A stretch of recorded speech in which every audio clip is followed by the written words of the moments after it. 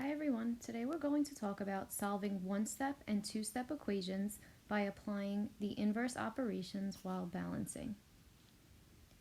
If we look at this slide, we're looking at our algebra tiles on the left-hand side.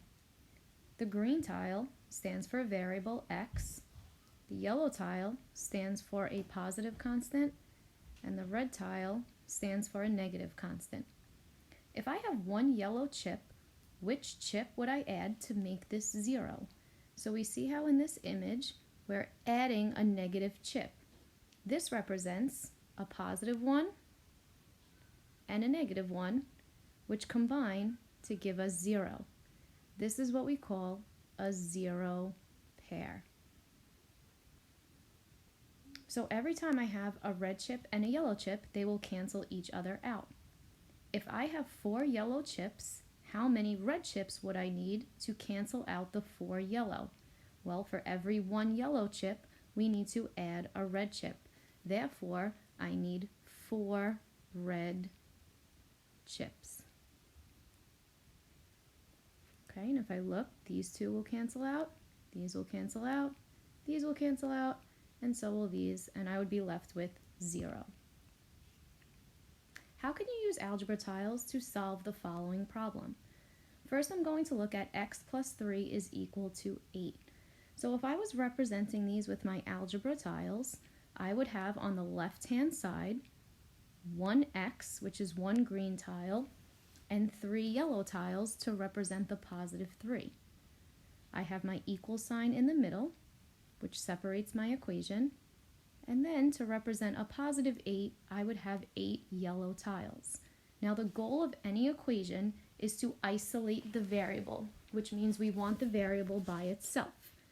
So I'm going to circle my variable, and in order to get the variable by itself, I have to get rid of the positive 3.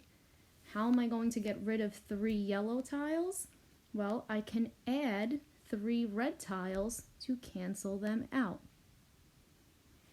Now, when solving equations, whatever I do to one side of the equal sign, I must do to the other. So since I added 3 red tiles to the left-hand side, I'm going to add 3 red tiles to the right-hand side. And then I'm going to cancel out my 0 pairs. So now I have nothing left to cancel out. On the left-hand side, I'm left with x by itself is equal to, and I have 1, 2, 3, 4, 5 yellow tiles left. Therefore, x is equal to 5. To check my answer, x plus 3 is equal to 8. I'm going to substitute x back into the equation. So I replace x with a 5. 5 plus 3 is equal to 8. 8 is equal to 8. And my equation is balanced, therefore I found the correct answer. Let's look at this equation mathematically. We're not always going to have chips to model with. X plus 15 is equal to 27. So if I think about the chips in my head, I have 15 positive chips, or 15 positive tiles. I would get rid of 15 positive tiles with 15 negative tiles. So therefore, I'm going to write underneath a negative 15. Positive 15 and negative 15 cancel out. I'm left with x. Whatever I do to one side of the equation, I must do to the other. 27 minus 15 is 12. Therefore, x is equal to 12. Again, to check my work, I'm going to show a check. X plus 15 is equal to 27. We said that x is equal to 12, so I'm going to substitute x with 12. 12 plus 15 is equal to 27. 27 is equal to 27, and that checks. Therefore, the answer to this equation is x is equal to 12. Okay, what happens when we look at multiplication? How can I use my algebra tiles to model 4x equals 8? So again, whenever I see a number directly attached to a variable, I know that we're talking about multiplication. So if I'm going to model this equation out, I need 4x's is equal to 8 positive tiles, and I have that here. Now, in order to solve for x, I know I'm talking about multiplication, so the inverse of multiplication is division. So now I need to think, how can I break up each side of my equal sign to have even groups? Well, if you see the boxes that are around the variable, I have 4 x's. Again, I want each x by itself, so they're broken up to be by themselves. And for every x, I have 2 positive constants. Therefore, each green tile equals 2 yellow tiles, so x is equal to 2. The tiles show you how you can visually solve this problem by breaking up what you have. Again, to check it, 4x is equal to 8. We said that each tile, each green tile, represents 2 positive constants. So again, I'm going to substitute in 4 times 2 equals 8, and 8 is equal to 8, so that answer checks. Let's look at this 2-step equation. So now it's 2 steps because it's not just going to take 1 step to isolate the variable. So if we see down here, it says use balancing the same way as 1-step equations. Start with the addition, subtraction first, then the multiplication and division. Just think the opposite of order of operations. So anytime you have a 2-step equation, you always want to start with the constant, or the number that is not attached to the variable. So looking at 5x plus 7, the number that's not attached to the variable is a positive 7. Again, we use inverse operations to help us isolate the variable. The inverse of a positive 7 is a negative 7, so those cancel out. Whatever I do to one side of the equal sign, I must do the same to the other side. So 5x is equal to, and 42 minus 7 is 35. Now I'm at a 1-step equation. So just like we were doing before, I know that at this point, 5x, my operation is multiplication. I have to use inverse operations. The inverse of multiplication is division, so I'm going to divide by 5. 5 divided by 5 is 1, which cancels out.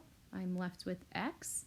Whatever I do to one side, I do to the other, and x is equal to 7. If I check my work, 5x plus 7 is equal to 42. 5 times 7 plus 7 is equal to 42. Now when I'm doing my check, I must follow order of operations. 5 times 7 is 35, plus 7 is equal to 42. 42 is equal to 42, so I know that my answer is correct. X is equal to 7. Okay, let's try solving these equations using inverse operations. So in the first one, I see I have a 1-step equation. I need to isolate the variable. So I want to get a by itself, which means I have to get rid of the positive 7. The inverse of plus 7 is minus 7. That cancels out. Whatever I do to one side, I do to the other. A is equal to negative 10 minus 7 is equal to negative 17. A plus 7 is equal to negative 10. Negative 17 plus 7 is equal to negative 10. Negative 10 is equal to negative 10. So my answer is correct. You always want to show a check when you're solving equations to make sure that you have the correct answer. Moving across, again, I want to get the variable by itself, so I have to get rid of a negative 15.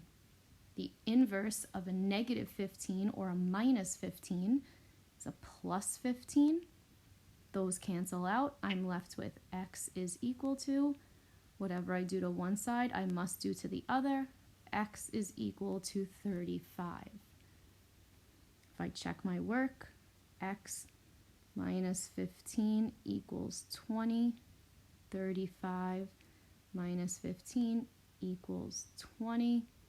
20 is equal to 20, and that checks. So my answer is x is equal to 35. Looking at the next one, I see I have multiplication. The inverse of multiplication is division. So in order to get b by itself, I must divide by 4. 4 divided by 4 leaves me with b. Whatever I do to one side, I do to the other. 20 divided by 4 is equal to 5. If I check my work, 4b is equal to 20. 4 times 5 is equal to 20. 20 is equal to 20, and that checks. So b is equal to 5. Now this last one is where some students usually get tricked on this or find it difficult. Remember, you're following the same concept. So right now, the operation is division.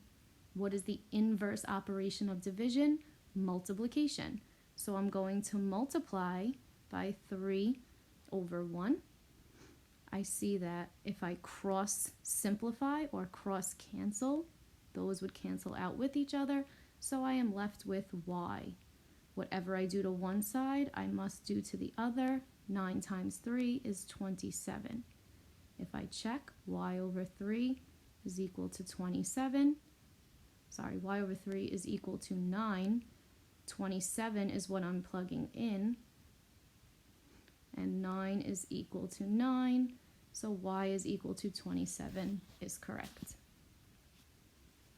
Okay, and now let's look at a two-step equation with rational numbers. So again, same things that we said before. You always want to use inverse operations to isolate the variable, and you're always going to start with the constant first. Now in this problem, the constant actually comes first. The number that's not attached to the variable is in the front of the equation. Since it's a positive 12, the inverse operation would be minus 12. 12 minus 12 is 0, so that cancels out. Whatever I do to one side, I must do to the other.